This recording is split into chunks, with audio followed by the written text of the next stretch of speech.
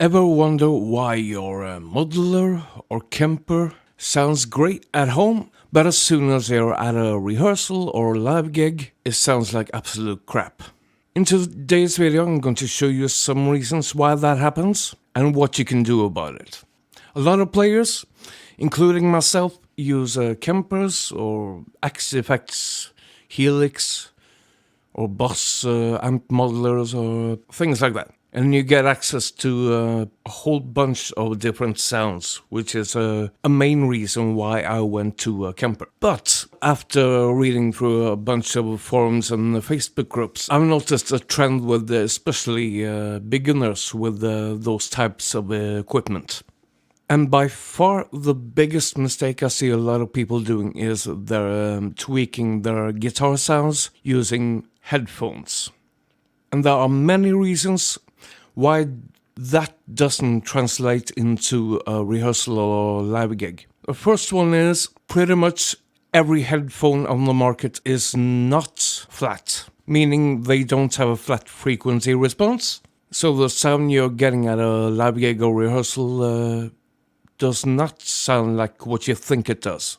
To demonstrate, we're going to jump into my studio computer here and just pull up a quick Reaper session, and I have the Sonarworks Reference 4 plugin on the master. And the headphones I use for both recording and mixing are Biodynamic DT770 Pro, the 250 ohm version. And as you can see here, the blue curve here is the average frequency response of that headphone model. For tweaking guitar sounds, you can see there's a bit of a roll-off from 60 Hz down.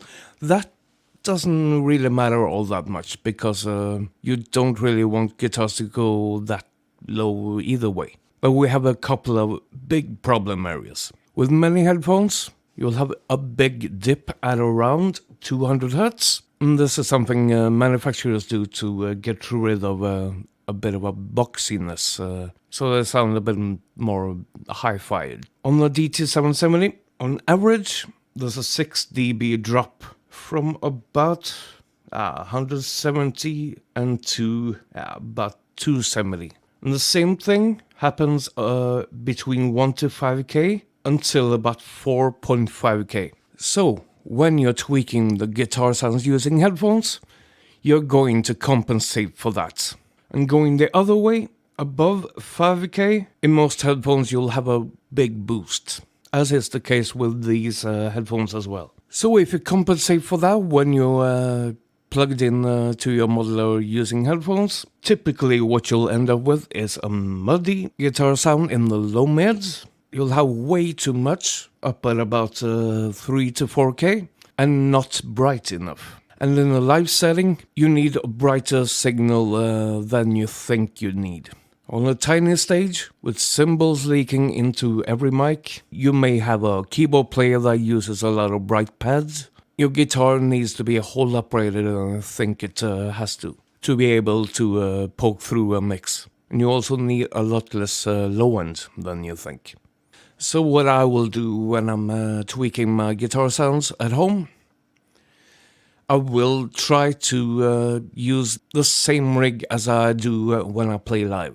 Normally I tend to do the initial tweaking on studio monitors. As you can see, I use the Yamaha HS7s, which are quite flat, and they translate really well to other playback systems. So that means I will have a very good idea of what front of house engineer will receive. Keep in mind, don't stress too much over what it sounds like through the PA. Let the front of house guy take care of that. You're going to drive yourself batshit crazy if you're going to obsess over things like that. Once I got the initial tweaking done on studio monitors, I will then double check using my onstage cabinet, which is a Headrush FR108 active flat response speaker. Most gigs I don't rely on that speaker, as most of my bands use in-ear monitors. So basically what I'm getting in my ear is the same signal as the front of high sky is dealing with. But in case battery goes or something like that, I always have the headrush cabinets to bail me out. And most importantly, check your patches or profiles in a band setting before you arrive at the gig. Your sounds may sound great on their own, but you will notice on some sounds they will tend to disappear in a full band setting. When you get your drums and bass and other guitarists, vocals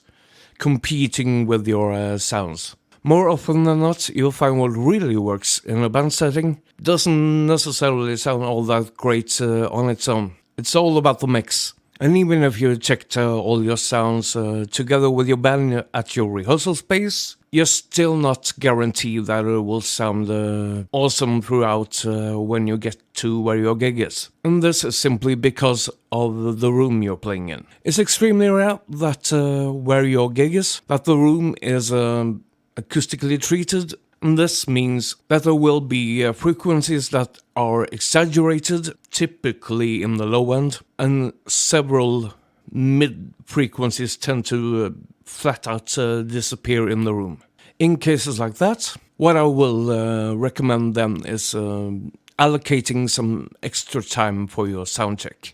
An extra half an hour or maybe an hour should be enough to dial out the worst offenders. So you can have a better stage mix. Hope you found that helpful. If you like the videos I do on this channel, please do consider subscribing. Click that bell so you get notified when I have new videos up. And I'll see you in the next video.